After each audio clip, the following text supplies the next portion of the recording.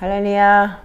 이제 여러분들 이제 마지막 때가 다 돼가면서 성큼성큼 주님 오실 날이 다가오고 있는데 과연 우리가 정말 어떻게 하나님 앞에 다가갈 수 있을까요? 그래서 이번에 회개책이 새로 많이 개편이 됐어요. 그래서 여러분들께 소개하고자 이렇게 유튜브를 찍습니다. 우리가 이제까지 이제 회개에 대해서는 특별히 이제 죄에 대해서 많은 사람들이 회개를 마지막 때이기 때문에 하고 싶은데 어떻게 해야 될지를 잘 모르고 성경에서 요구하는 회개가 과연 무엇인지 그거에 대해서 교회에서는 많은 사람들이 뭐 성경에 대해서도 회개하라 천국이 가까웠다고 얘기를 하시고 많은 목회자들이 회개를 외치나 정작 우리가 어떻게 회개를 해야 될지 그런 막연해요. 그래서 이 책은 굉장히 오래됐지만 지금 계속 수정하면서 여기까지 왔습니다.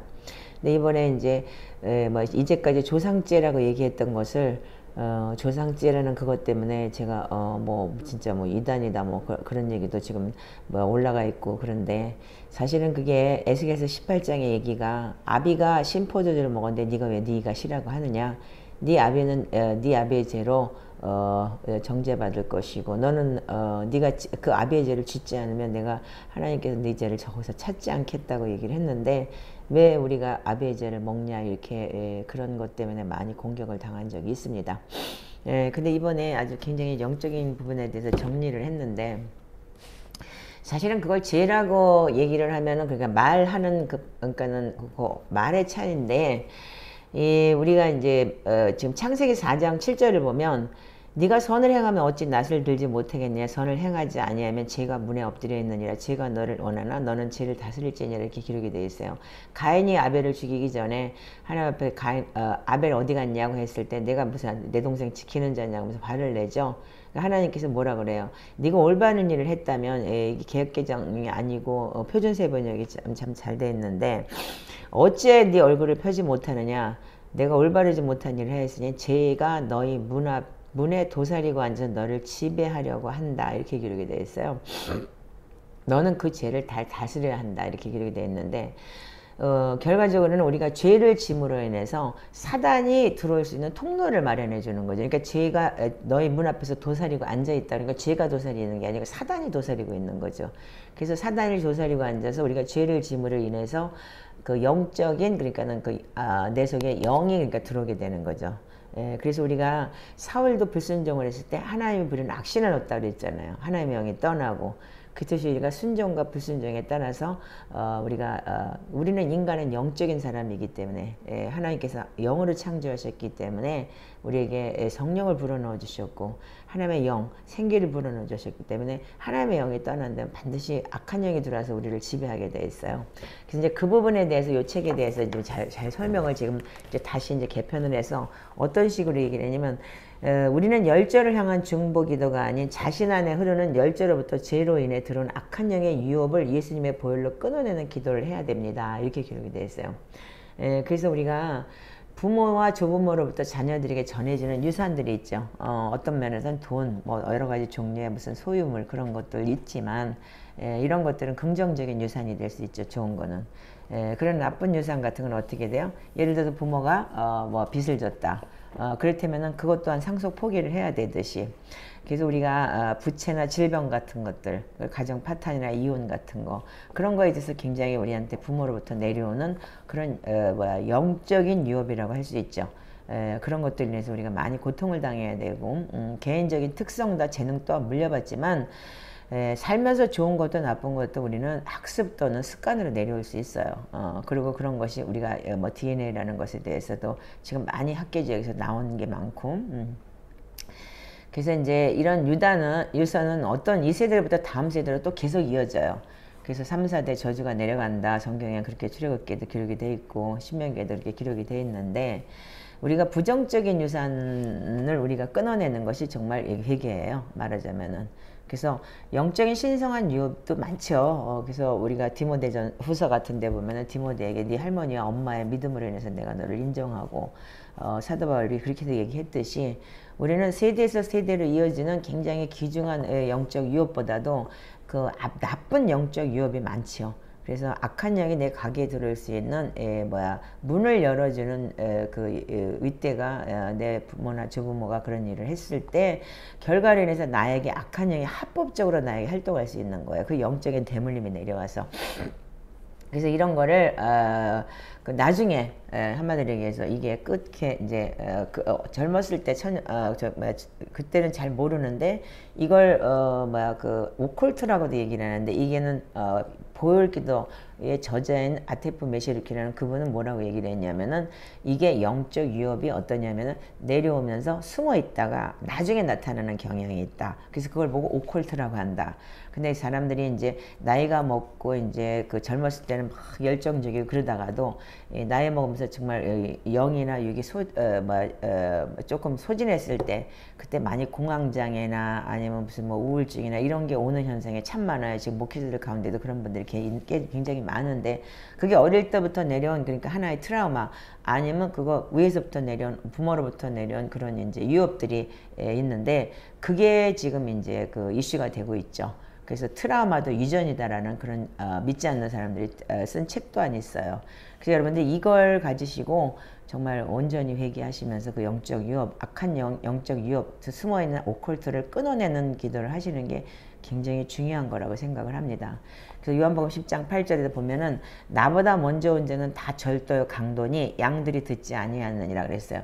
그래서 예수님보다 먼저 온 거, 즉 우리가 예수 믿기 전에 들어와 있던 약한 영들, 여러분들이 예수 믿고 난 다음에 영접기도 했더니 영접하는 자 그 이름을 믿는 자 하나님의 자녀되는 권세를 주셨는데 그날로 여러분들이 인생이 변하던가요? 아니면 성격이 변하고 여러분들 이제까지 살아온 과정이 변하던가요? 정말 우리는 믿음을 통해서 우리가 영접을 했고 우리가 칭의는 받았으나 성화는 우리의 몫인 거예요. 그래서 성화는 우리가 말씀과 기도로 거룩해지고 나를 쳐서 복종시키며 나는 죽고 그리스도가 사는 훈련을 해야 되는 거죠. 그게 첫 번째가 바로 회개가 되는 것이고 그래서 세례요한도 와서 제일 먼저 한 게 회개하라 천국이 가까웠다. 예수님도 공생에 딱 시작하면서 회개하라 천국이 가까웠다 이렇게 말씀하셨고 그래서 예수님께서 그래서 우리가 도둑이 오는 것은 요한복음 10장 10절에 도둑질하고 죽이고 멸망시키러 오는 것뿐이에요. 우리가 영을 죽이고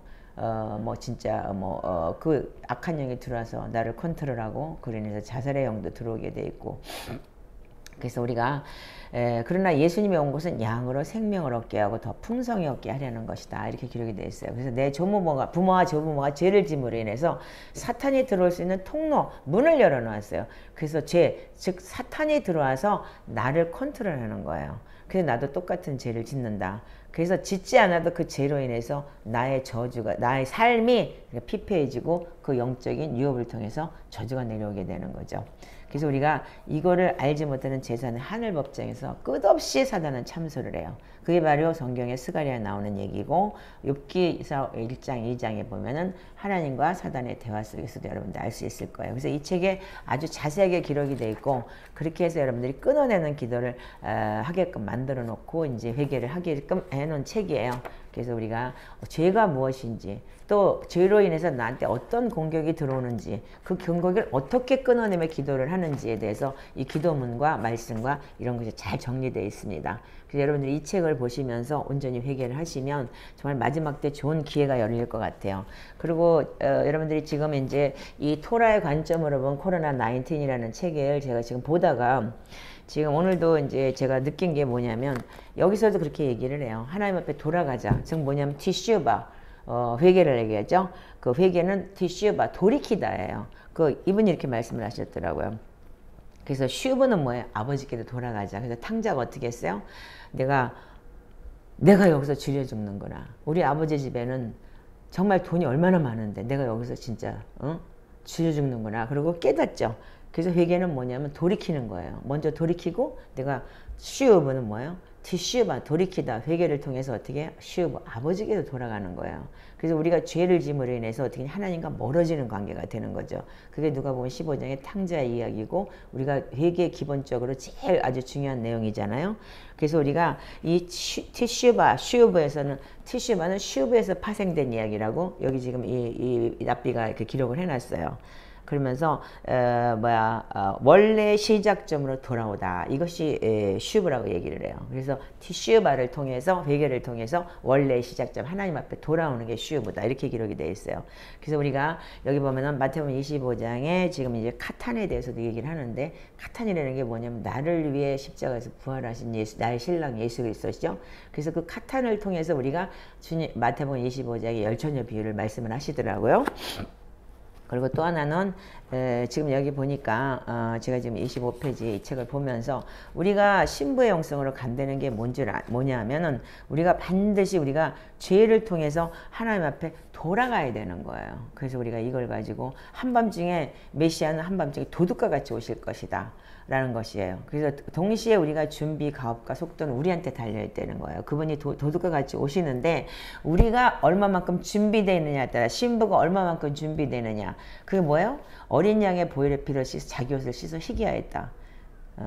자, 하나님의 신부들이 뭐예요? 예수 그리스도의 보혈의 피로 자기 옷을 씻어 희귀하였다. 즉 여러분들이 온전한 회개를 통해서 우리가 준비될 때 예수와가 더 빨리 올 수 있는 것이고 우리가 그만큼 준비된 자들이 신부가 우리가 카탄을 기다릴 때 신랑을 기다릴 때 더 빨리 주님께서 우리한테 오실 수 있다는 거죠. 그래서 이거를 지금 제가 이 책을 보면서 회개가 너무너무 중요하다는 걸 또 한 번 깨닫고 여러분들한테 이걸 굉장히 추천을 드리고 싶습니다. 우리가 한밤중에 오는 그래서 뭐냐면 그게 우리가 말하자면 우리가 지금 코로나를 통해서 뭘 깨달았어요? 이게 지금 주님께서 오시는 우리 인류 역사가 가장 주목할 만한 촉매제라고 얘기를 하죠. 지금 여러분들 교회에 대해서도 우리가 진짜 그동안 모이지를 못하고 2년 동안 그랬듯이 그럼 어떻게 해요? 내 안에 성전을 삼으라고 그랬잖아요.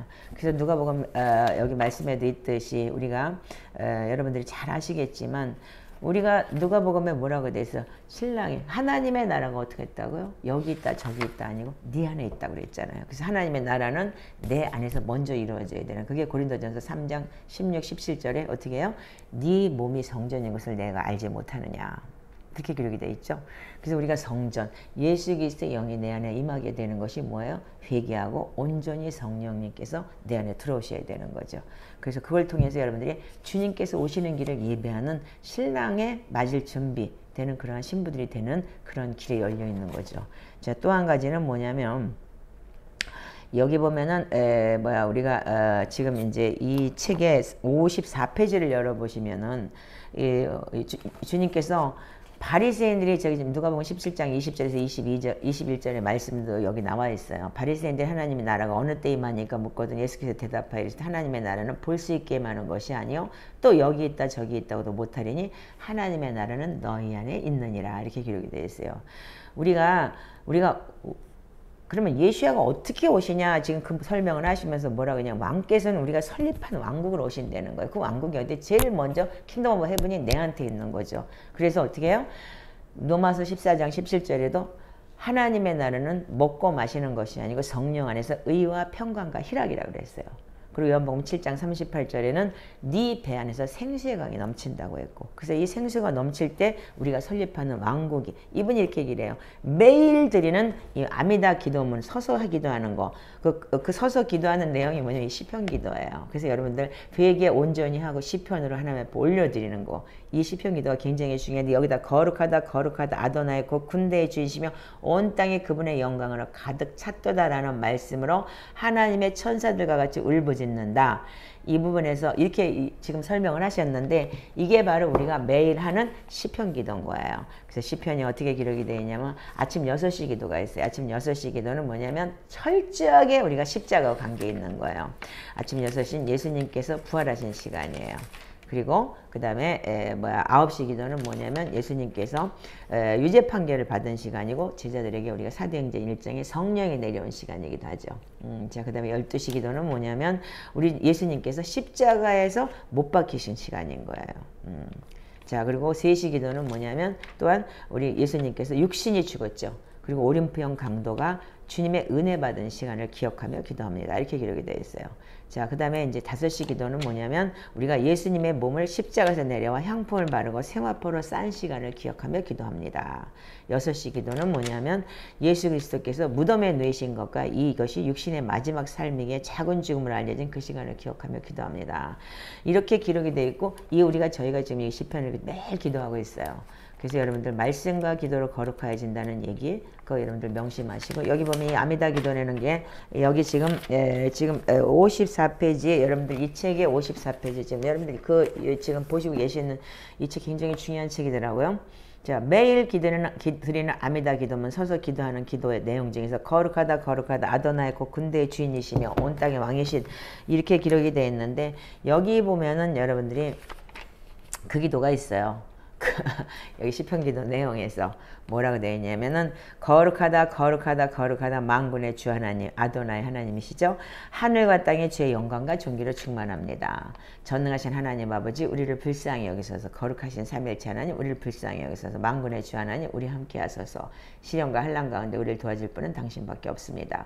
하나님 우리가 의도했거나 의도하지 않은지 알거나 모르고 지은지 보이거나 보이지 않는지를 용서하고 사하소서. 주님 우리가 부르는 당신의 거룩한 이름을 위하여 우리를 용서하소서. 우리 죄가 아닌 당신의 자비를 따라 우리를 용서하소서. 여러분들 이렇게까지 여러분들 정확하게 기록이 되어 있어요. 그래서 우리가 창세기 28장에 천사가 오르락내리락 한다고 했는데 그게 뭐냐면 하나님의 사자들이 오르락내리락 한다고 했는데 우리를 통해서 천사는 또 특별히 뭐가 있냐면 예수님이라고도 기록이 되어 있어요. 여기 보면은요. 그럼 우리가 뭐냐면 사닥다리는 메시아인 거예요. 그래서 우리의 기도가 오르락내리락 해야 되는 거예요. 그래서 우리의 기도를 올라가야지. 그 올라가면 어떻게 해요?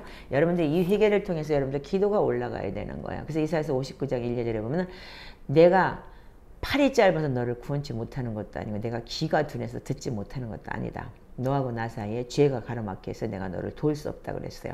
역대하 7장 14절에 뭐라고 기록되어 있으니까 스스로 겸비하고 낮아져서 너희가 하나님의 얼굴을 구할 때 내가 하늘에서 듣고 이 땅을 취하겠다 그랬어요. 그래서 하나님께서는 우리에게 반드시 말씀하시기를 우리가 먼저 깨끗해져야 되는 거예요. 여러분들 왕같은 제사장 맞으십니까? 베드로전서 2장 9절에 제사장이라면 여러분들이 해야 되는 기도가 뭐냐면 이 땅을 위해서 여러분들이 하나님께서 이 땅에 오실 수 있게끔 주의 길을 예비해야 되는 거예요. 그러기 위해서는 여러분들 모든 죄에서 떠나고 마음에서 나오는 죄, 육체에서 나오는 죄, 하나님 싫어하는 죄, 진리의 지식을 이루지 못하는 죄를 온전히 회개하고 어둠의 권세자, 통치자들, 어둠의 주관자들, 하늘에 있는 악한 영들에 대항해서 우리가 싸워야 되는 거예요. 그래서 죄를 짓는 자마다 마귀에게 속하나니 마귀는 처음부터 살인한 자 아니라 하나님의 아들이 나타나신 것은 마귀의 일을 멸하라 하심이라 그랬어요. 그래서 여러분들이 온전히 회개할 때 어떻게 했냐면 우리가 제사장이 돼서 정말 하나님께서 여러분들 안에 이 온전한 회개를 통해서 여러분들이 죄에서 떠나고 그리고 겸손하고 그리고 기도하며 주님의 얼굴을 구할 때 내가 하늘에서 듣고 이 땅을 취하겠다. 이게 역대하 7장 14절의 얘기죠. 그래서 우리가 온전한 이 사다리가 정말 이 온전한 예수 그리스도의 영 메시아가 우리의 중보자로서 우리한테 오실 수 있는 그 길을 예비하는 여러분들이 온전한 신부가 되시길 주님을 이름으로 축복합니다. 이 회개책 많이 유익할 거예요. 그래서 이 토라의 관점으로 본 19 이 책에서도 굉장히 여러분들 회개를 강조하고 있고 우리가 예수야를 만나는 길은 이 길밖에 없습니다. 여러분들 이 책을 잘 이용하셔서 온전한 회개 속 안에서 시편과 말씀 기도를 통해서 말씀과 기도로 거룩하여지며 마지막 때 주님 오실 길을 예비하는 신랑의 오실 길을 예비하는 그러한 신부들 되기를 주님의 이름으로 축복합니다. 감사합니다. 축복합니다. 자, 시편기도책을 혹시라도 여러분들 궁금해하실까봐 말씀드리는데 이 시편기도책은 네이버에서 팝니다. 그래서 여러분들 네이버에서 주문하셔서 샤인 코리아로 들어가시면 사실 수 있습니다. 이분이 쓴 보혈기도라는 게 굉장히 중요한 게 있어요. 그래서 보혈기도와 시편기도 여러분들 꼭 주문하셔서 그것도 한번 여러분들 같이 출하해 보시고 온전한 회개를 통해서 여러분들 회개와 시편 또한 내 마음을 닦는 씻는 영적 샤워라고 되어 있어요. 시편은 초대교회 영성에서는요. 그렇기 때문에 먼저 내 마음을 닦고 그래서 온전한 인본주의 지금 내가 가지고 있는 이 기본적인 회개를 하시고 그 다음에 말씀으로 여러분들 더 깊게 내 창자까지 여러분들 닦으시고 그래서 보혈로 채우시고 보혈로 덮는 그러한 여러분들이 정말 마지막 때 신부의 영성, 온전한 신부의 영성, 그리고 이 책을 통해서 여러분들 마지막 때 우리가 어떻게 여러분들 신부가 돼야 되는지를 아주 잘 기록해 놓은 아주 귀한 책이었습니다. 제가 또 이제 나중에 또 설명을 드리겠지만 여러분들 이 온전한 회개를 여러분들이 인도하실 줄 믿습니다. 수고하셨습니다. 감사합니다.